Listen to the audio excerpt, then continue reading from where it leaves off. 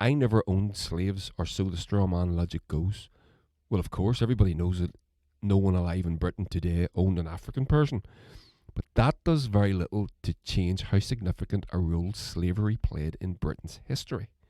Also, as the writer Gary Young once explained, people in Britain naturally take a pride in positive national events they had no direct role in.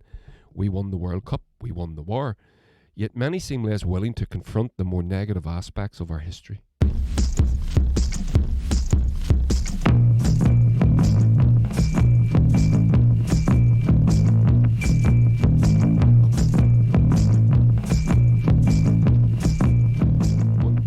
One, two, three, four.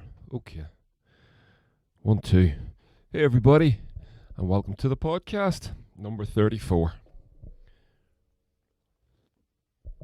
Sip of my coffee. You'll have to excuse my tardy appearance. I haven't shaved. Can't be arsed. But most of you listen to this rather than watch it, so it's no loss. So, like, share, subscribe, if you would be so kind. And let's get on with this. You might notice that I have a new microphone this week because I broke my shock mount from my nice microphone. Not that this isn't the nice one, this is fine. But so if it sounds a little different, that's why. But we should be okay. We'll get through it. Hardly the end of the world. I have loads of mics in here, so we're all good. So let me see. What are we going to do first? Okay, yeah. Updates. First of all, first thing I want to do is wish my buddy Richie McGee a happy birthday. He turned 40 yesterday. And he's one of my best mates in the world, in life. And he turned a big 40. So, happy birthday, mucker. And you got the best years ahead of you, and that's a guarantee. So, best of luck, my friend, and hopefully I'll see you real soon. Oh shit! I just spilled my coffee. Hold on.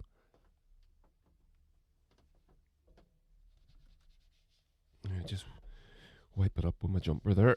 There we go. Ugh. Anyway, so.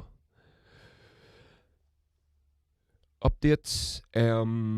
Still waiting on the release date of my album. The 13th to the 15th of December is the dates that have been offered. Hopefully we'll be able to pin that down soon. But the video that I did for We've Got Horns with my beautiful Jeannie and the equally beautiful Mickey Bartlett is going to be debuting on the thinner.net music magazine, culture magazine, on Monday. This Monday coming. I guess that's going to be 1st or 2nd of November, is it? 2nd of November. Yeah. So I'll be putting it up all over the social medias whenever it happens. So please, when I do, go and give it a wee watch. And leave a comment, let me know what you think. Hopefully you like the video and the song. I'm very excited that it's finally seeing the light of day. There's something on the record finally being officially released. It has been quite a while. And what else? So yeah, and we've got new Bonnevilles music as well. So Chris and I we've embarked on a little Bonnevilles project. So he recorded the drums up in our rehearsal room up in Belfast, and then he sends those down to me digitally, and then I do the rest. And it was sort of an experiment to see if we could do it, if it was going to work, and it worked great. So we did a cover version. So we're going to do a few more covers, sort of classic soul and blues covers, we think. Well, we're talking about putting them out on 7-inch vinyls. But I kind of really like what we did. I'd like to see a wee 10-inch EP project come out of this. But we'll either way, we'll get something out. I'll talk to Chris about it later. So yeah, So there's that. So that's it. So we're going to push on. I'm going to do, another one. I'm going to do another podcast in a couple of days about the American election. And about, it's a bit of a loose reach, but I'm going to talk about who Irish America, or how the American election will affect us going forward. And it might significantly. It is a little bit of a reach, but it might. It's possible. So I'm going to drop this, and then over the weekend, I think maybe Sunday or Monday, because the election's on Tuesday. Yep. So either Sunday or Monday, I'll do another one about the American election, and we'll see how that goes. But if you've been listening to my podcast, you'll know that I think if I was in America, I wouldn't vote for either the two of those two corrupt bastards. But that said, one might be better for Ireland than the other, and I'll explain my thoughts about that. But anyway, so let's push on. So, first things first, I want to show you this little video. It's a guy called Lawrence Fox, and he went on the LBC radio show, and he was interviewed by Nick Ferrari. Nick is quite right-wing. And, well, he's not quite right. He is right wing. He's a Tory, full-blood Tory, no doubt. As is most of LBC, if not all, except for James O'Brien, I guess. But this video popped up on my YouTube feed, and I'll play it. A more self-pitying load of shit I've never heard in my entire life. I'll play you the whole thing. It lasts 6 minutes. I'll stop it and drop in and out as I see fit, and have a little bit of a little thing here to read at some point during it, and I'll do that whenever I choose to. So here we go. Have a little listen. This is Lawrence Fox on the Nick Ferrari Show. Next guest appeared on Question Time in January of this year. What a different time of the world, this country and indeed the world was. And as a result, some saw him as a hero, some saw him as a villain, but undoubtedly it was one of the most controversial appearances the show has had or enjoyed for many months. Subsequently, Lawrence Fox, the actor, has decided to set up his own party. He joins me now, and I note that a couple of weeks ago, Mr. Fox, good morning to you, you wrote the party will be called, this is in the London Evening Standard, the party will be called Reclaim, will aim to take back British values from politicians who've lost touch with the people. What are those British values? Good morning. Morning, Nick. How are you doing? Not bad, sir. What are the British values? The British values, I think, are the things you learn around a dinner table when you're a child. You know, robust argument, the ability to disagree and remain friends, politeness. Does that include a dinner table with no food on it? Because your parents can't afford to feed you? Fairness, these sorts of things. Where have they gone then? You think that's gone from the British life? Well, I mean, I feel that people are fundamentally really kind of scared to speak at the moment for fear of the repercussions of what will happen if they say, the wrong thing. And, for fear of being cancelled, essentially. Point to examples of that, if you would, Lawrence. Well, myself, that lovely welder in Burnley. There are hundreds, aren't there, downstream of me? That was the welding. Is that? So he talks about cancel culture. Cancel culture it's a MacGuffin, is what it is. Cancel culture is if you say something that I don't like, I cancel you, meaning that I ban you or I cancel you. I block you on Twitter or Facebook or whatever. This is what he's talking about.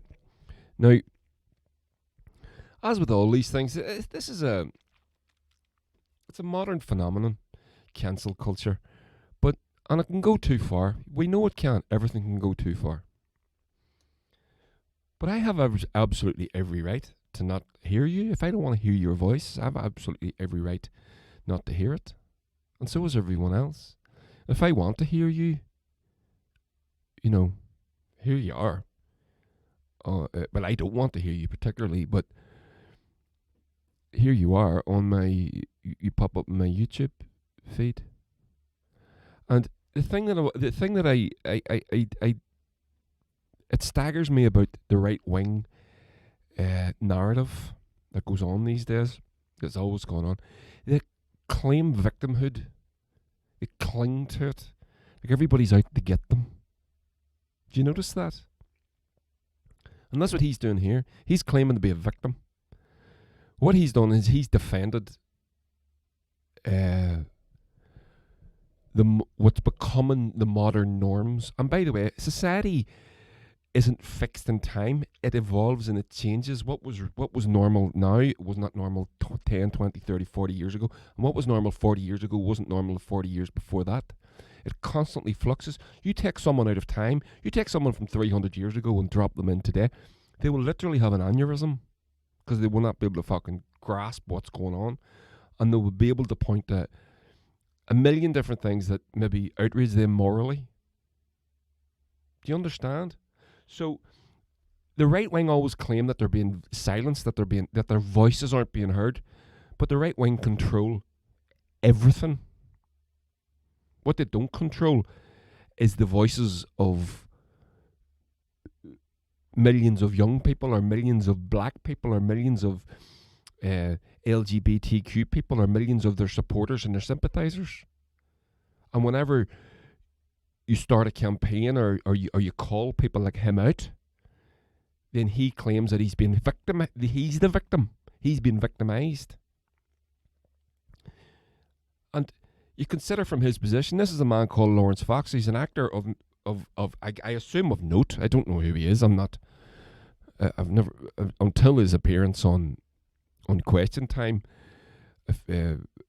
earlier on in the year. I was unaware of the guy. Maybe he was in a few things that I was aware of that I just hadn't noticed. And I don't mean to disparage him or his career. I'm sure he's a very fine actor. But this claim that their voices aren't heard, that they can't get it. He's on LBC now. He's got a new political party. You're about to hear that they've got millions in the bank. They're being bankrolled by a billionaire, a multi-millionaire. The right wing, we've had a right wing government this past 10 years. Some would argue that the Labour government before that was right wing. I would argue that they definitely weren't left. They were more centrist than left. America is the same. A right wing demagogue. America doesn't have a left at all. End of story. Full stop. But they're never done complaining that the poor wee right wing voices aren't being heard. They control everything. They control the money. They control every gear of the establishment. They are the establishment. They are the government. They control the education system. They control the financial system. But the poor wee voices aren't being heard because some lesbian on Twitter called them a cunt and cancelled them, unfollowed them, or blocked them. This is what we're talking about here. This is pathetic. And it gets worse. Watch this. One who talked about the problems with COVID and how he just wanted it all to be so simple, and he was offering to do work for elderly people. That's the person you talked about? No, he was the one who did the White Lives Matter right. over the stadium. Okay. Well, as you mentioned White Lives Matter, why do you have a problem with Sainsbury's marking Black History Month? I don't at all have a problem with Sainsbury's marking Black History Month. I mean, I think it probably would be interesting if there was also Jewish History Month and Muslim History Month. But no, what my issue with Sainsbury's was that they were saying we're creating safe spaces for... If there was Jewish History Month and Muslim History Month or LGBT, he would have a problem with those as well. He's a fucking liar. He's a liar. Maybe not Jewish history. Because of the anti-Semitism, slur, whatever you want to call it, that is encircling the Western world, that everyone's afraid to be called an anti-Semite. If you criticize Israel, that's what you get called. Maybe not so much, but certainly if there was an Islamic History Month or a LGBTQ plus History Month, he would have a problem with it, I guarantee you. They're black employees, and it doesn't take too much sort of mental gymnastics to think that might be sort of promoting segregation in a way.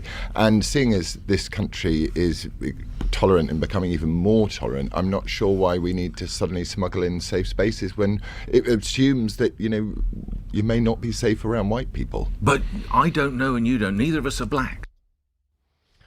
It's a good point by Nick Ferrari. Fair play to him. And it is the point. It is really the point. You don't know. But by the way, can I just say this? This is another thing it's been hijacked by the right, where they use to slander what they would call liberals. They throw out the word safe space in an accusatory fashion, as if there's something wrong with it. Safe spaces, a safe space, this is what a safe space is actually, this is what the original safe space was. Academics at, I think it was Notre Dame, or what do you call that one in New England? I can't remember the name, the university.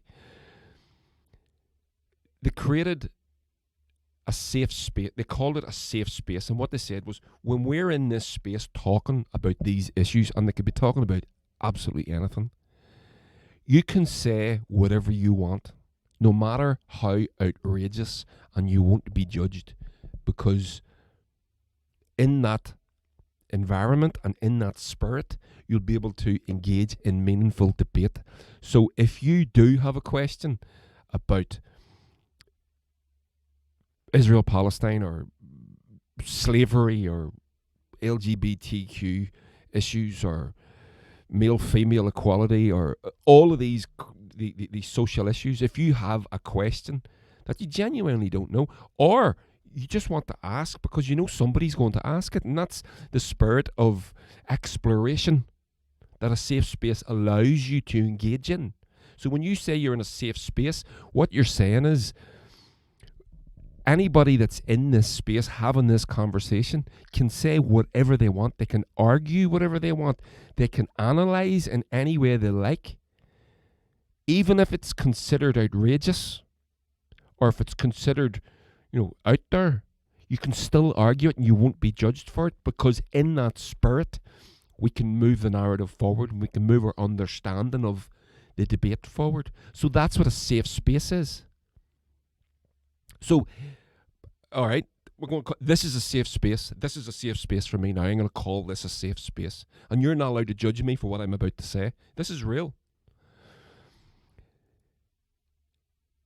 The chosen pronouns of that people, I don't even know what the language is. So I'm going to ask the question, and in all honesty, I genuinely don't know how chosen pronouns work. I don't get it. And I don't understand why you would, if you have a chosen pronoun that isn't a traditional chosen pronoun, or a traditional pronoun, as in him or her. I don't understand how it works. I don't understand, and I don't appreciate that if I don't know it, or if I don't understand it, that you might judge me. You might think that I'm transphobic or a sexist in some way. So there's me being on that. So now I'm in a state. You can't judge me. You must answer that and explain it to me in a way that I understand. So that's what they want to say. So that's what a safe space is. Can you dig it? That's a good thing, that I get to ask the question and hopefully get an answer, or at least understand the flow of the words and what we're talking about, what the issues are. But because of the hegemony, he claims to be silenced by the left. It's not left, it's liberal. We'll explain the difference with that in a second. He claims to be silenced by the left. Meanwhile, he's a representative of all the gears of the establishment, which is controlled fully and in totality by the right. And they use the word safe space, snowflake, cuck, all this shit, to put you, me, whatever, down, because we're either liberals or, or leftists. But it then takes away the power of the safe space. The safe space is a good thing. Now, in this context, it's a they're talking about a different thing here, and I'm not going to comment specifically about this Marks and Spencer's safe space or Sainsbury's safe space thing, because I don't know what it is, and these guys haven't explained it, and I haven't looked into it, so I'm not going to comment on that specifically. But specifically, a safe space, that's what it is.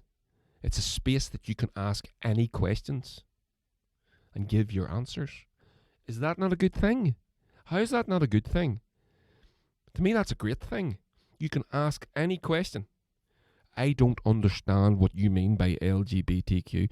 I don't understand what you mean with how slavery affects the modern world, even though it's been abolished.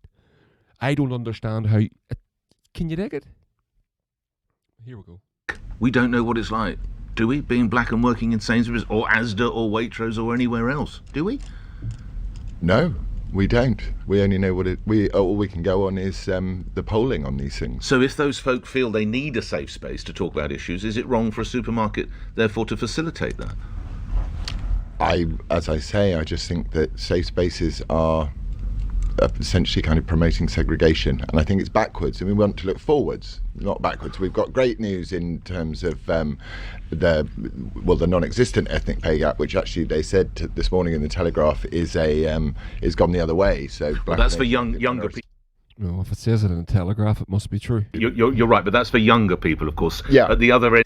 This is the same Telegraph that 2 weeks ago reported that Jacinda Ardern, although New Zealand is enamoured with her, and she rolled over the opposition and was re-elected, that her handling of COVID brings her leadership into question. The same newspaper said that about Jacinda Ardern. The same newspaper that's in a country that's currently looking at something... what are the deaths in the UK? I don't even know. 40,000, 50,000, 60,000, is it? 50,000 people are dead. We're in the second lockdown. It's going to be extended. Criticising Jacinda Ardern, who has deaths that you can count in one hand. Fuck off. End of the age scale, we need to make the point that sadly it still is existent, but you're absolutely right as regards... But it's progress, people, isn't it? Absolutely, and we celebrate that. Yeah. Seeing statues toppled into Bristol Harbour, is that progress? What goes through your heart when you see that? Yes, it is. Fury, actually. Real deep sadness. We need to educate people about this stuff. You can't just pull a statue down because that's what you fancy doing. It needs to be... I disagree, and I agree, right?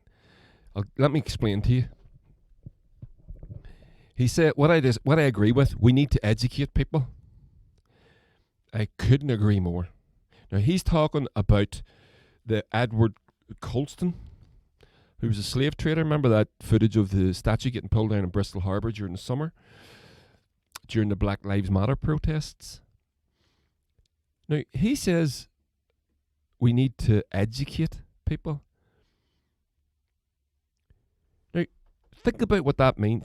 Just think about that for a second. What is it that he's saying? We need to we don't need to pull the statue down. We need to educate people as to who the dude on the statue is. And for full satisfaction, what it is he represents. Which is most important. So who's Edward Colston? Slave trader. Retired a and did conduct himself in a philanthropic way. I assume, I'm going to give him the benefit of the doubt here, but I'm going to assume consumed by guilt for what he did his entire life. But I mean, that's me giving him the benefit of the doubt. Maybe he felt no guilt at all, because let's face it, a lot of these slave traders saw the slaves that they traded as being subhuman. I've read a lot of the texts where they describe the backs of of Africans as, you know, they describe Africans using biological language basically designed to dehumanize them and make them, you can whip them, they will feel less pain. So these people were racist as well. And they were conveniently racist, because if they saw, and you got to understand, because if they saw Africans or whoever it is that they're trading as being human beings, they wouldn't be able to conduct the trade without a sense of guilt, I guess. Right? So he's saying Educate them. I agree. Couldn't agree more. Educate them. Tell us, who is Edward Colston? Who was Christopher Columbus? Who was Lord Nelson? Who was Vasco da Gama? I went to school. I remember doing a project in school on Vasco da Gama, the great Portuguese explorer. I remember doing projects on Marco Polo. I remember doing projects on Christopher Columbus, Francis Drake. Every one of these projects, these people were portrayed as heroes.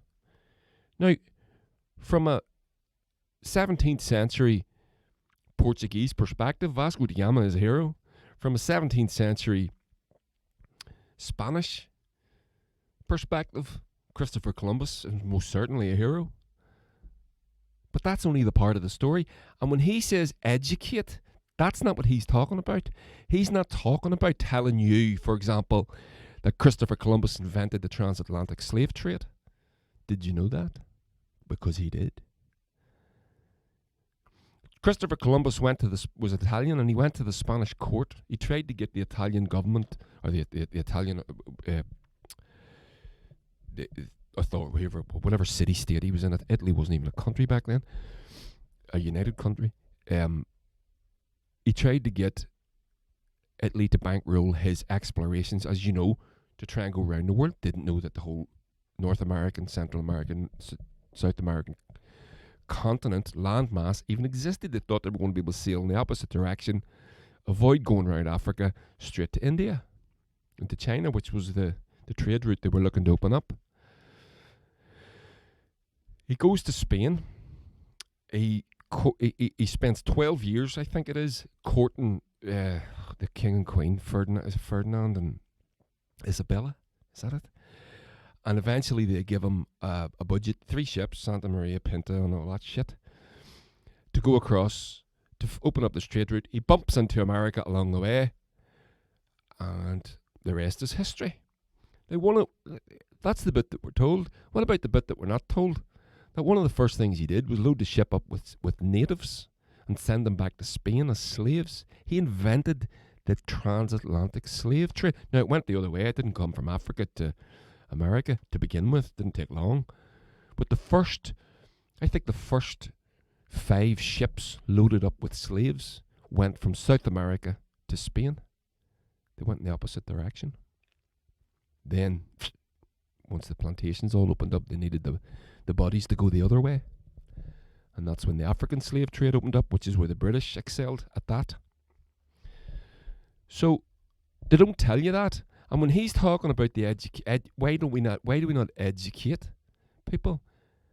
He's not talking about educating you about the slave trade, about what they did. Now, when you walk around any city in England, talking about the establishment educating the people that it needs to believe the myth against itself. Can you dig it? Do you know what I'm saying? So when he's saying he wants to educate, he's a liar. He wants to. They're afraid of the future. They're afraid of you getting new information. They're afraid of us finding stuff out about the establishment, about how we got to be the establishment.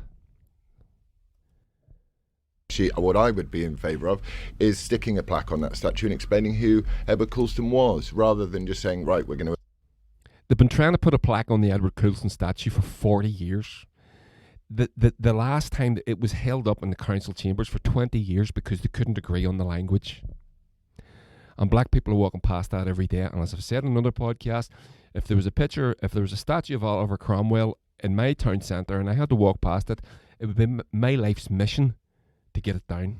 Obliterate history. It's quite Orwellian, isn't it, I suppose? And also now in the focus is Nelson, of course. The Greenwich Maritime Museum is reviewing what they think could be, they don't say they are, could be links with slavery. Ultimately, that might lead to, do we need a plaque at Nelson's column? Well, maybe they could put it up the top, so it's hard to read. Your political party, it's not cheap setting up a political party, Mr. Fox. Right, heard enough from him. He's a fucking asshole. This is just one of these children of empire. They don't want to hear the bad stuff. He says we need to educate people. But that is not what they mean. They don't want to educate anybody in anything. It's not their intention. So I've got a great book here, and it's one of my recommends actually because of this video. So, and I opened it up and it literally just fell open at this page because I was looking for something to read from it for you, and I'll show you the book. I'm going to turn this guy off because he's a dick. Akala. Sunday Times bestseller. It's a book called Natives, Race and Class in the Ruins of Empire by Akala. It's a fucking fantastic book. So I knew of all the books that I had that this was going to be the one that had something I could read to you. And I opened the page, boom, just fell open at this page.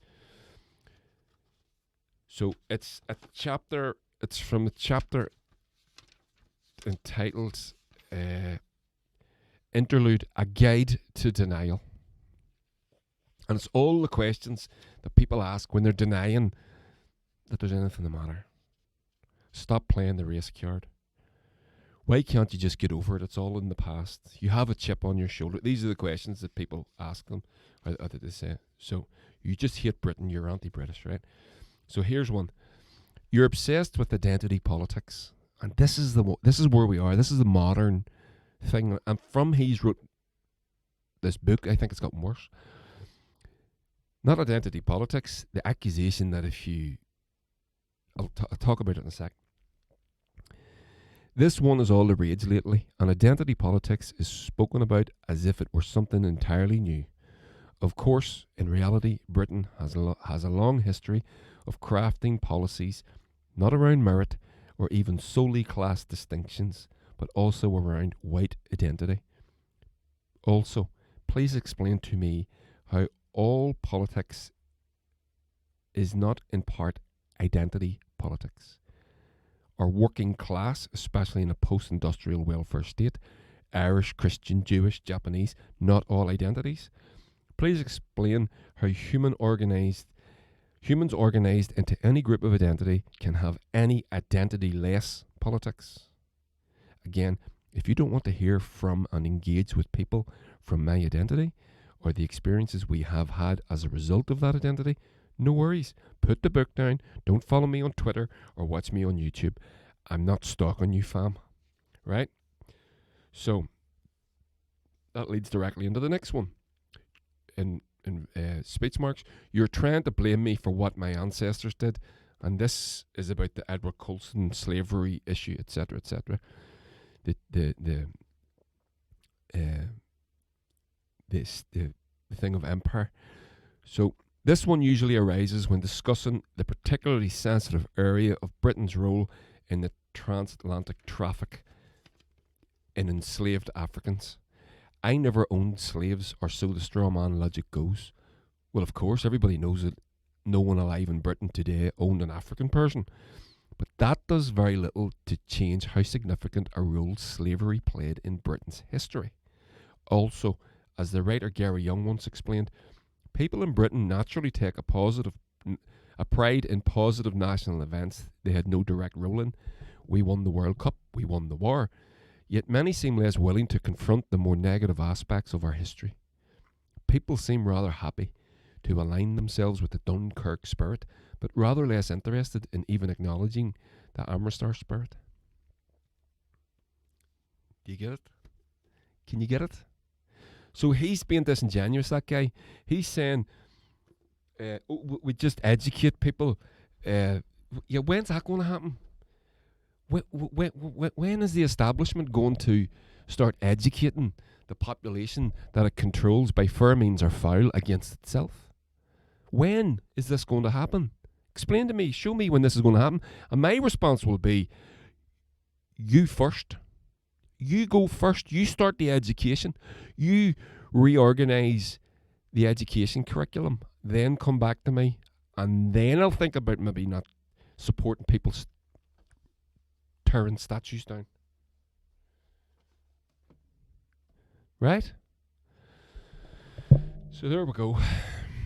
That's all I'm going to talk about with that dude.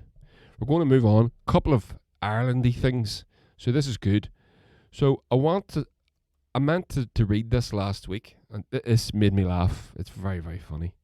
So I'll explain. It's from the Hot Press magazine, and it's our Eamon McKeon is a columnist, and Eamon McKeon is a politician here in the north of Ireland, and I think he's a councillor in Derry. He was at this member of the Assembly, but he's not anymore. And he's a great guy. I know him, and I've met him a few times. He's a fan of the Bonnevilles. He comes to see us in Derry sometimes when we play. And I'm a big fan. I wish I could vote for him. But he doesn't. Obviously, he's bigger fish to fry in Derry. But here we go. So it's an article. It's called, you can probably see it on the screen there if you're watching on the YouTubes. If you're not, like, share, subscribe. Get on over, sure why wouldn't you? So it's an article from Hot Press, and it's Eamon McKeon. And in inverted commas, Al Capone was a gentleman compared to Ian Paisley. Right? And he's talking about Ian Paisley Jr., not Ian Paisley the senior. Now, for those of you that aren't Irish or don't follow Northern Irish politics, and if you're not from here, why would you? Ian Paisley Jr. is a particularly right-wing Christian fundamentalist type politician who is dripping in corruption. And Eamon explains it in his own way, and I love reading this because I read it in Eamon's voice. I can hear Eamon's head, or a voice in my head, and I can hear him. He talks really fast, and he's got some little sort of lovely little, I'm not going to say speech, signatures in his speech, the way he talks. He has little sort of a little stutter maybe or something like that, but it's brilliant, and I can just hear him when I'm reading this. I can see him too. So here we go. If you don't know who Ian Paisley Jr. is, you will by the end of this. So let's hit this. So this is from Hot Press, by Eamon McKeon. It's fair to say that our correspondent is not a fan of the DUP member for Ballymena, and here are just some of the reasons. The earth creaks as climate shifts. Fire swaddles swathes of forest, ice sheets heave and buckle. Economies wilt and wither, species slither towards extinction, and everywhere we look across the trembling earth, things that had once seemed solid melt into air. Where once all seemed set, now nothing anywhere will ever be the same. All bets are off. All exceptions redundant. All certainties mired in doubt. Except in Ballymena, where Ian Paisley is still stealing money from anybody stupid enough to take their eyes off him for 5 seconds.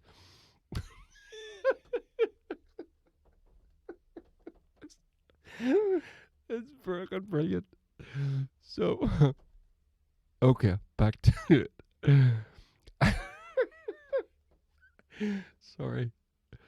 I have it from a fellow who assures me that he is a good source that classmates of Paisley at Methodist College would carry padlocks on their school bags for securing their desks at break time, lest the nifty-fingered scoundrel make off with their sandwiches. Now, Ian Paisley's a member of Parliament, member of the British Parliament, he's an MP. So this is what we're talking about. Just this month, so his classmates would carry padlocks in their school bags. Just this month, the serial fraudster was fined £1,300 by the Electoral Commission for trousering £2,600 of public money. He was ordered to hand his ill-gotten gains back as well. So he had to hand it all back at £2,500, and he was fined £1,300. Mid and East Antrim and Causeway Coast and Glens Council had been persuaded to take tables at the £1,500 a pop at a fundraising event at the Tullyglass House Hotel in Ballymena, addressed by that Tory twerp with a face like a mutant hamster, Michael Gove. Brilliant. The councils believed that the event had been organised to give local businesses an opportunity to discuss firsthand with the Minister, Gove, their issues and concerns post-Brexit, which sort of sounded like it might be legit until you took into account that the occasion had been organised by one of the greediest weasels in the Western world. We have previously mentioned Paisley's 2 splendiferous family holidays in Sri Lanka. in 2013, 17 days in all, lounging in 5-star hotels, lazing on silver white sands, taking stately delight in Al Laraj elephant rides, helicopter hopping across the azure skies to take in the island's exotic beauty spots, all paid for in full by President Gotabaya Rajapaksa in return for Paisley acting as his mouthpiece back in the House of Commons. Now, how is that not corruption? How the fuck is that not corruption?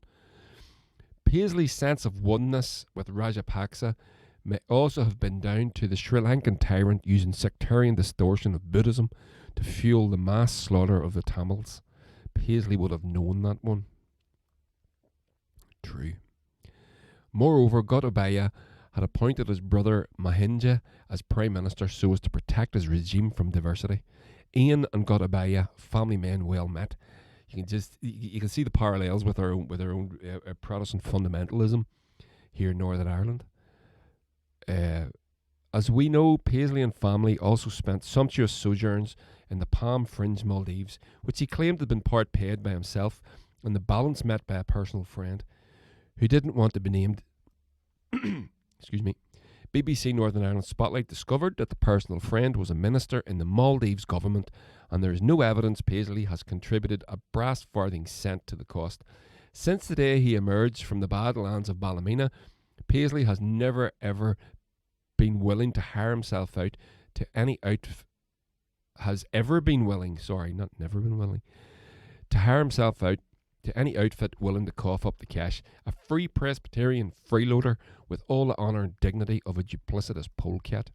Not unexpectedly, when it comes to MP's expenses, Paisley has a snout deeper in the trough than a flexible anteater might be able to contrive. Every year, he's been in the Commons' top 3 out of 650 expenses claimants. In the course of 2010 to 2015 Parliament, Paisley claimed £1,112,667 in expenses. In 5 years. Jesus Christ. And he still doesn't put his hand in his own pocket to pay for family holidays. But back to the island jewel on the Indian Ocean. Why would the government of Sri Lanka choose in 2013 to stuff the mouth of the MP for North Antrim with gold? The terrible Sri Lankan conflict had ended, or at least paused.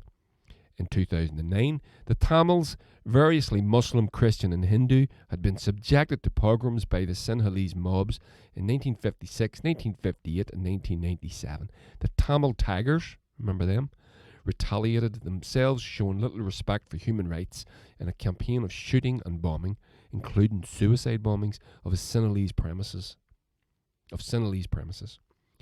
In 2009, tens of thousands of Tamils, overwhelmingly civilians, women, men and children, were herded by special units of the Sri Lankan army onto the Jaffna Peninsula, no way out, and systematically slaughtered at close quarters. As many as 20,000 were butchered over a number of days. Blood ran in streams.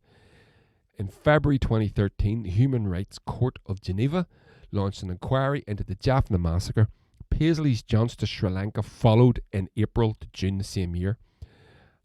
And the year after that, Paisley wrote to Prime Minister David Cameron urging him not to support the UN investigation. Unbelievable. The resolution passed in Geneva is provocative, destabilising and counterproductive, and has had the potential to set back difficult progress that has already been made. The UK and US should consider what worked in Northern Ireland. Have international governments learnt nothing from building a lasting peace in Northern Ireland? This is him speaking now. When the sun is at a certain angle, his brass neck would blind you. This is unbelievable. Ian Paisley and the entire DUP were against the peace process in Northern Ireland. They were against the Good Friday Agreement, the document that has brought and secured peace to this island that's been strong and lasting for over 20 years now. He's against it then. And now he's quoting it. We should listen. Unbelievable. In correspondence with Westminster's Commission for Standards, and by the way, it's okay to change your mind, but there's no acknowledgement that they were wrong. They just quote it. They say, oh, the Good Friday, whenever it suits them. In correspondence with Westminster's Commissioner for Standards in 2017, Paisley explained that his interest in Sri Lanka stemmed from its parallels with Northern Ireland and the 40-year war against IRA terrorism. When the sun is at a certain angle, his brass neck would blind you. Sorry, I've repeated myself there. In correspondence with the Westminster Commissioners for Standards in 2017, Paisley explained his interest in he should be trusted, he insisted, because after all, he had sought no personal gain for his involvement. The Commissioner gave this farrago of lies short shrift and ruled that his role in relation to Sri Lanka had amounted to paid advocacy. Acting as a paid agent of a foreign power accused of egregious human rights abuses would have ended the career of a politician in almost any other jurisdiction. But this is Northern Ireland. The jet-setting jerk just carries on. Al Capone was a gentleman compared with Ian Paisley. Boom. Fair play to Yemen. That's brilliant. And he's absolutely right. Unbelievable. Literally unbelievable. And by the way, just on, as Eamon says there, if it was any other politician, it would have ended their career. No, I disagree with that one. If it was any other decent politician, it would have ended their career. Priti Patel, remember when she was the foreign minister under Theresa May? She was having secret meetings with Benjamin Netanyahu in Israel without telling her own prime minister. Remember, she got jetted back and then she got sacked, and now she's the Home Secretary under Boris Johnson. So, yeah. So here we go. Real quick one. I'm going to finish. A bad news story, good news story, then a little bit about a United Ireland thing. You know that's my big thing at the minute. So, bad news story. Destruction of ring forts in Ireland. Does our unique heritage get justice in the Irish judicial system? So for those of you that don't know, here in Ireland, we have ring forts everywhere. These are ancient monolithic structures. Every now and again, some fucking farmer destroys one. And obviously these aren't, they're irreplaceable. Thousands of years old. It's like tearing down the pyramids. It's actually just exactly like that. So here's a quick, this is from an article from corkarchaeologist.com. And I'm going to read it out. It's about a couple of ring forts that were destroyed and what the courts are doing about it and what they can do. They can't really do very much after they've been destroyed, but sure. A circuit court judge has warned that a marker has to be put down when it comes to sentencing a Kerry landowner for the destruction of a 1,500-year-old ring fort, a national monument. One of the first cases of its kind to come before the courts. Now, that's the sort of stuff that shouldn't be tore down. Statues of Edward Colson. Couldn't care less. Judge Carol Moran, who noted that restoration was not possible, was speaking yesterday at the Circuit Criminal Court in Tralee, where John Mahoney, 64, was to be sentenced for destroying a fort of national importance. Tom Rice, prosecuting, said the fine was $15,000 and or 5 years in jail. Personnel from the National Museum were in court. That's interesting. O'Mahony pleaded guilty to carrying out the unauthorised work near a monument on his farmland in Clashmellican Causeway in February 2008. The court heard how the lands contained a ring fort and underground tunnels dating back between AD 500 and AD 100. Jesus Christ. The ring fort and tunnel system were of national historic importance and were listed on the National Monuments Register. Here's where it goes a bit funny for me. Without seeking permission from the Department of Environment, Mr. O'Mahony had hired workers to demolish the majority of the ring fort and use the material to fill in a pond he believed dangerous, the court was told. Mahoney knew of the existence of the ring fort as he had previously objected to a planning application on the grounds the site contained a historical ring fort. Mahoney said he did not understand the implications of what he had done. I sniff bullshit. So, look at that again. Without seeking permission from the department, Mahoney hired workers to demolish the majority of... Imagine being one of them workers and doing that. Majority of the ring fort and use the material to fill in the pond he believed dangerous. He had previously asked for planning permission and been denied it, and then did this anyway, right? So he believed that it was dangerous. To fill in a pond he believed dangerous. Go back a paragraph. The lands contained a ring fort dating back between AD 500 and AD 1. That's 1500 to almost 2000 years old. At what point in that history did they all of a sudden become dangerous?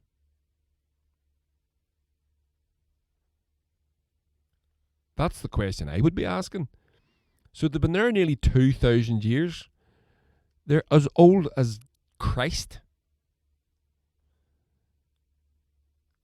And all of a sudden they're a danger to everyone around them and they need to be demolished in 2019 or 2008. I smell a rat. Bullshit. So anyway, he ended up getting fined 25 grand.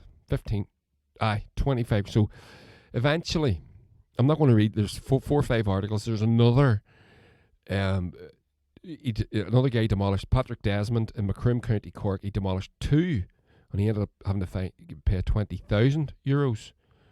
I think they should be jailed. I really do think they should be jailed for that. That's irreplaceable heritage, and to destroy them is beyond a crime for me. Really. And if you believe anything about in Ireland, they'll be cursed for that. They'll never have good luck after doing the like of that. I know there's furry trees around here, and people, they're sitting in the middle of farmers' fields. You can see, if you live in Ireland, you see these all over the place. You just see a field and there's a random tree in it, or a little circular rocks or standing stones. They don't need to be massive. Furry rings, and there's a furries tree and all the rest of it. A farmer wouldn't dare touch it. Literally take the combine harvester around it before they'll just take it out. And it's not even a big tree, it's an old thing. Because you'll be cursed. You get bad luck for destroying these things. And they should never be done. But that's it. All of a sudden it becomes, it's a danger. Fuck off. It's been there 2,000 years. So that's the bad news story. You want a good news story? Here's a good one. You'll like this. Historic Book of Lismore returning to Ireland after centuries in British hands. This is fantastic. Short article, don't worry, it won't be long. It's from The Guardian by a journalist called Alison Flood. A 15th century medieval manuscript, one of the great books of Ireland, is returning home after almost 400 years after it was captured in a siege.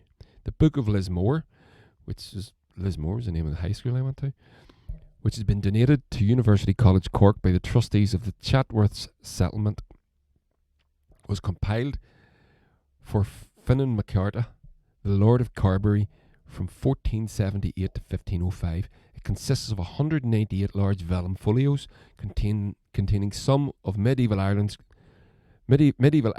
literature's greatest masterpieces, including the lives of the Irish saints and the only surviving Irish translation of the travels of Marco Polo and the adventures of the hero Finn McCool.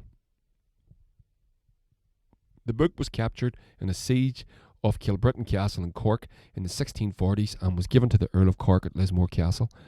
It was walled up in the 18th century and was only rediscovered during a renovation work in 1814. A century later, it was moved to Devonshire House in London and then Chatsworth, the ancestral seat of the Dukes of Devonshire.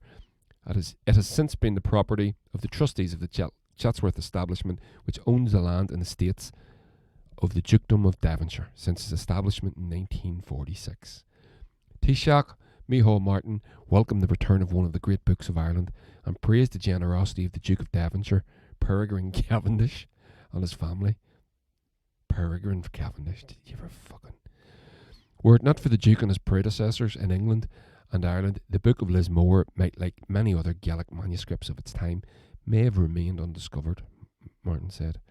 Cavendish said that the trustees had been considering ways for the Book of Lismore to return to University Cork College ever since it was loaned to the institution for an exhibition in 2011. The book is being donated by the trustees in recognition of academic cure. Alright, blah, blah, blah. Yeah. University College Cork said that the text in the manuscript, which include translations of European works, show an Ireland that was deeply engaged with contemporary European culture at the time. It is planning to display the book publicly in the publicly accessible gallery. And the interesting bit for that, for me, apart from all of it, is this notion that Ireland was some backward place until we were elevated to a superior status by our English brothers and sisters, which is fucking bullshit. So we all know that anyway. Whenever the hordes were going across Europe, all the great works were all brought to. There's a book called How the Irish Saved Civilization. You should watch. You should read it. I'd like for them to make a documentary about that. Actually, that'd be really good. So my last wee thing here. So United Ireland. You know I like to talk about these in every podcast. So and I will. Poll shows young people favour a United Ireland, says Sinn Féin. Now this is taken from the Belfast Telegraph, and it's just the other day. So I think that's John Finucane in the picture, yeah. So Sinn Féin has said that an opinion poll showing strong support for Irish unity among the under 45s in Northern Ireland shows that the Taoiseach is worryingly out of touch with the public mood. This is after Micheál Martin, the Taoiseach of the Republic of Ireland, the Prime Minister technically, was asked, is a border poll on the cards for his tenure, which is going to last for the next 5 years? And he said no, it's not. He's not planning on doing a border poll. So that's what he's referencing. The Lucid Talk poll revealed that 43% of 18 to 24-year-olds would definitely vote to leave the UK, compared to 34% who would support remaining. Among the 25 to 44-year-olds, the gap was even more pronounced, with 42% to 29%. Strongly in favour of Irish unity. That is very interesting, isn't it? So 25 to 40, you can basically say 18 to 44-year-olds average out, so it's 43 and 42. So it averages out at 42.5% in favour of Irish unity. That's fantastic. So Sinn Féin MP John Finucane said the conversation on a new United Ireland is underway and is thriving. Micheál Martin and the Irish government are worryingly out of touch with the aspirations of the people of this island. The Irish government cannot stand idly by, and they must lead preparations for a new United Ireland. And that's the key word, new. The north of Ireland is not being absorbed into the south. It needs to be different. This is a chance to start again, technically. You know what I think? My key to it is an all-Ireland NHS. The NHS isn't going to exist in 5 years as we know it today. It doesn't exist now as it did 5 years ago. It's been chipped away at.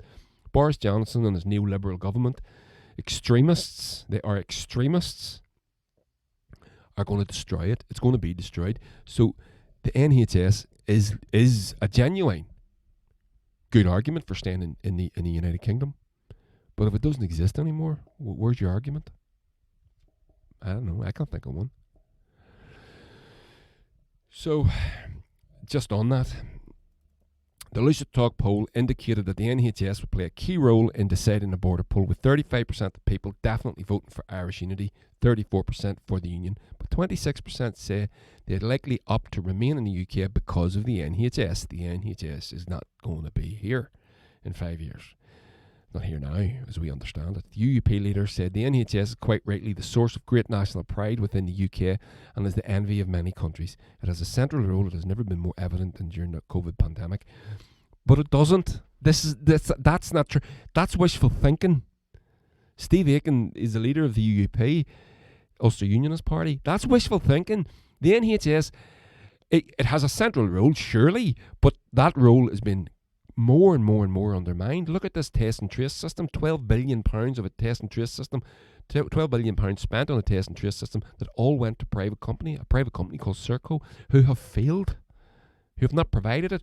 You've got the NHS, the biggest medical central database on the planet, and they don't put them in charge of this COVID test and trace system. Instead, they put in charge a private corporation. They're fundamentally, ideologically driven to privatisation. They believe it's better. Even though it doesn't work, they believe it's better.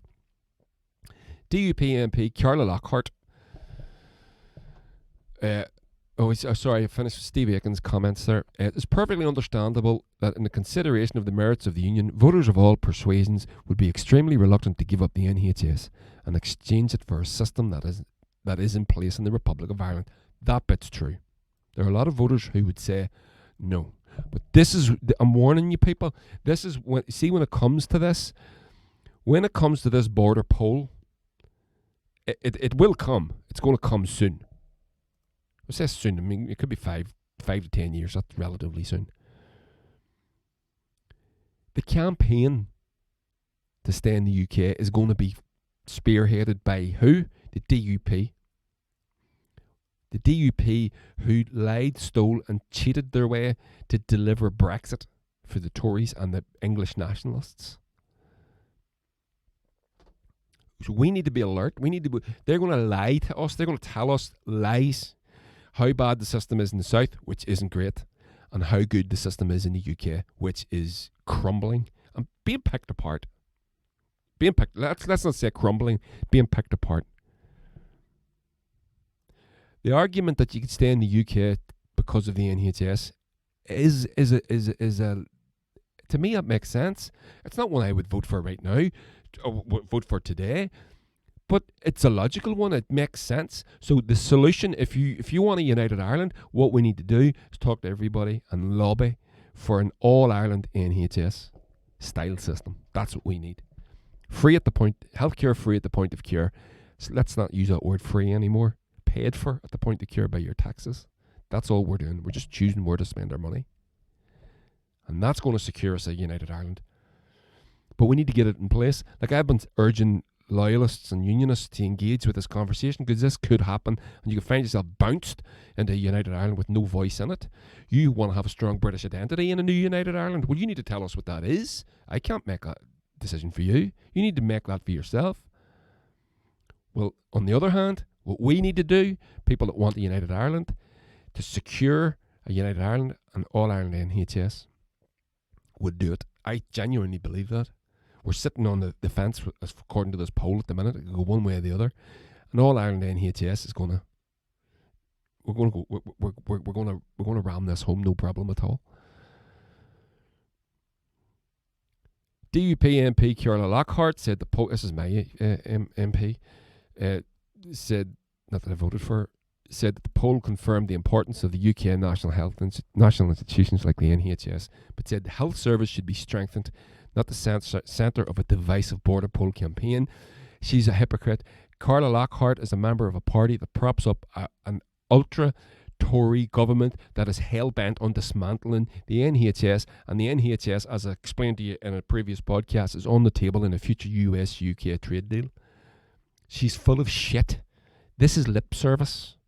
Lip service. If she doesn't know that she's fucking gaslighting you, she's an even bigger idiot than she would appear.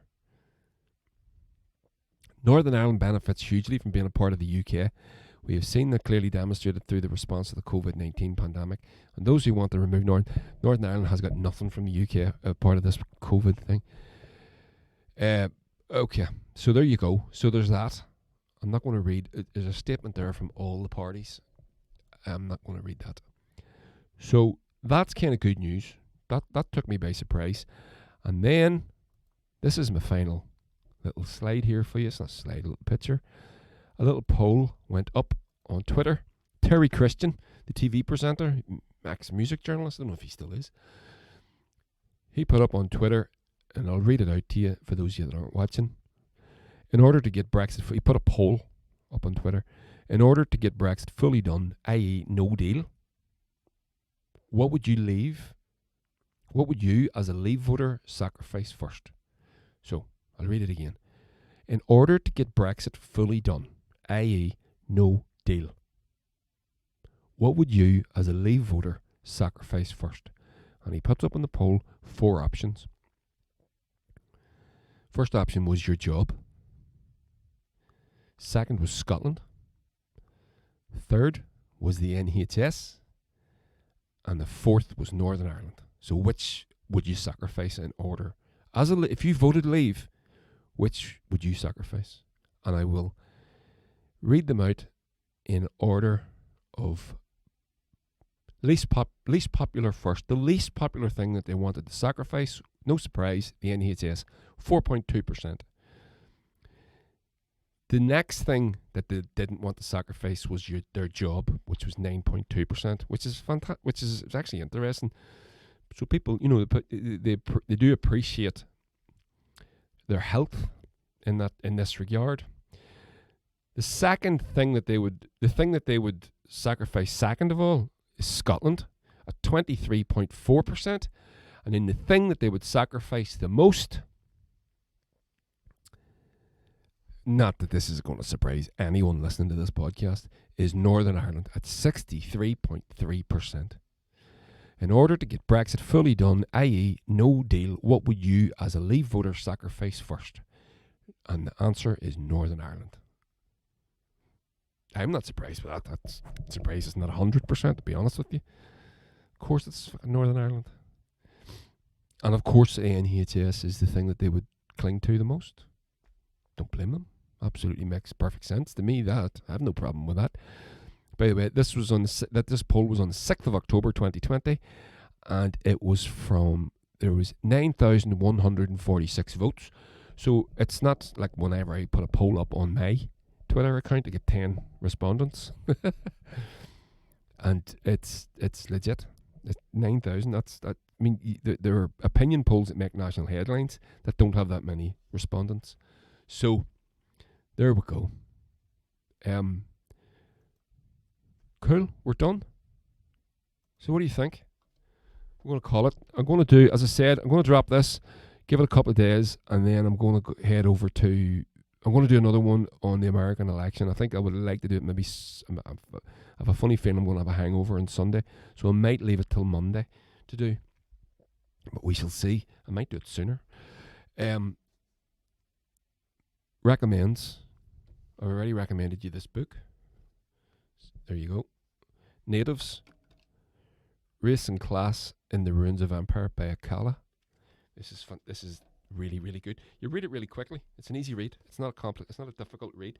Although he's a great guy. He is a proper scholar, but he talks scholarly language, but he puts it in more accessible units. Let me say that. Put it that way. He's a good writer, whichever way. And I'm going to recommend you an album because this has just been released just the other week. I've recommended it before because I was lucky enough to get a copy of it early. But this is from my friend Stevie Scullion, aka Melogian. I'm going to try and hold this up in a way that, there you go, hum. And this is nominated for the Northern Ireland Music Prize. I really hope he wins. This album is amazing. It's really, really good. And I wish him all the success in the world. Stevie's a great guy, but his album is stunning. All his stuff is good. This is my favourite. This is his latest one, and it's my favourite. So there we go. We're all done. Like, share, subscribe, everybody. Hope you enjoyed that. Hope you learned something. If not, why are you here? Bye. Fan Slan, everyone.